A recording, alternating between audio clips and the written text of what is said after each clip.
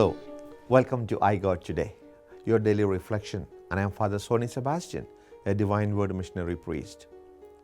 Transfiguration of the Lord follows immediately after the confession of Peter about Jesus' identity as Messiah and the foretelling of his rejection, sufferings, and death at the hands of his own people, which came as a shock to the disciples.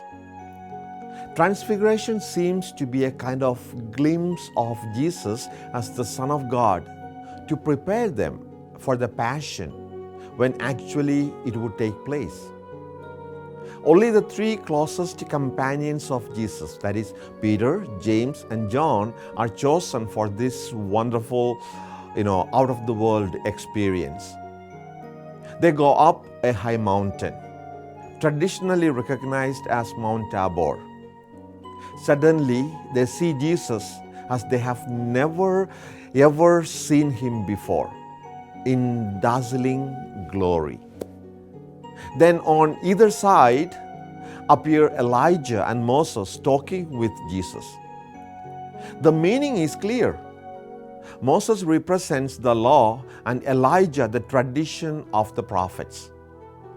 Between them is Jesus, the summation of all God's revelations to his people. Moses and Elijah are endorsing Jesus as the continuation of that tradition. Peter, in his usual impulsivity, gets carried away. "It is wonderful for us to be here, Lord," he says.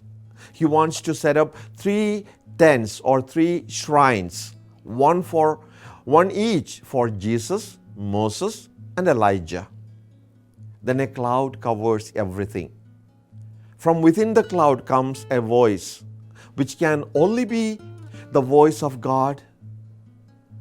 And it says, "This is my Son, the beloved. Listen to him." This is how the endorsement of the Father himself for Jesus.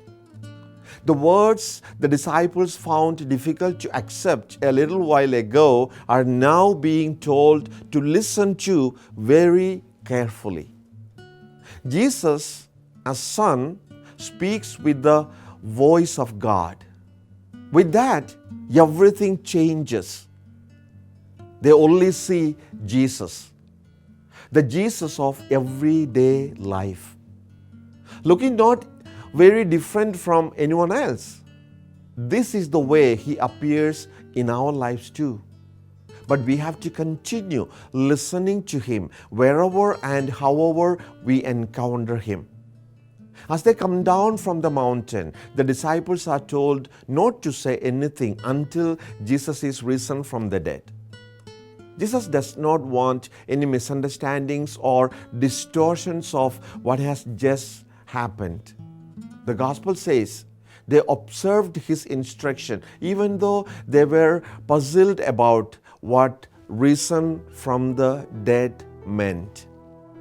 The Transfiguration calls us to have a change of our own selves. Change is mandatory for growth in faith. Listening to Jesus is necessary to get rooted in our faith. Listening to him in the scripture, at the celebrations of Mass, and other sacraments. May we be guided constantly by the Spirit of the Lord in our journey to meet with him.